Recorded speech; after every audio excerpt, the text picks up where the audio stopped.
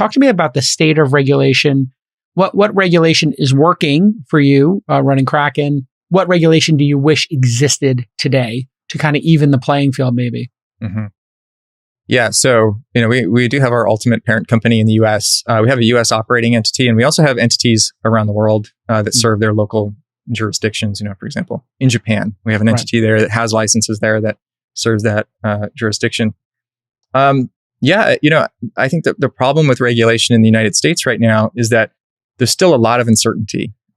13 years on for Bitcoin, we still don't have clarity on some things, and the CFTC is fighting with the SEC about who's going to regulate it with FinCEN and the states. Everyone is sort of this land grab for like who's going to regulate it, and everyone can make the argument that crypto fits into their bucket. So you end up with like 20 different regulators for the same thing. And the SEC is talking about laws that were created 80 years ago, pre-internet, and trying to apply those to crypto, and it just doesn't make any sense. So I think we need, you can't ask the regulator to change their mind. Their job is to enforce, and they will tell you, if you don't like the law, go talk to the legislators. And that's what we're trying to do, trying to lobby to get the laws changed, to get clarity there. Because from the regulator's perspective, their job is just like, put notches in their belt and, collect skulls.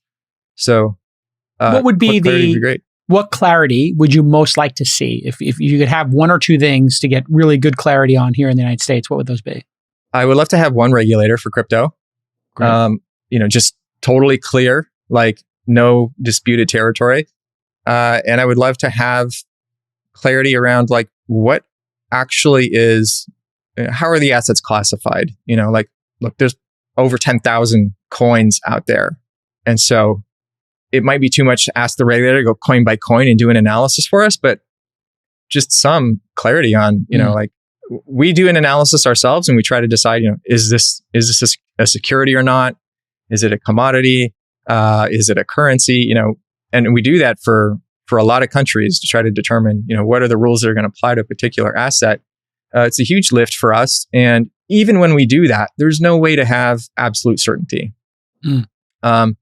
And I think there needs to be some kind of just like a reasonable safe haven or sandbox or something where if a regulator hasn't come out and said like this is illegal, that you can just fall back on your analysis. If you've made a reasonable effort to determine the situation, then I think that should be good enough. Now, as it is, we've seen with the case of Ripple, the SEC came after them, 7-8 years after they had been operating all this time. Yeah. And, to say, hey, they even had conversations all along the way with the SEC. Yeah. And, for them to come back, 7-8 years later and say, oh, that stuff you've been doing all this time that we knew about all this time, now we have a problem with it. That's suboptimal. They should give them clarity earlier on before they build this business, for sure. Absolutely. That kind of contingent liability is extremely chilling. Imagine you're thinking about investing in a project or a crypto company, and you got to think, wow, stuff that happened 8 years ago, the SEC could just decide that stuff was illegal.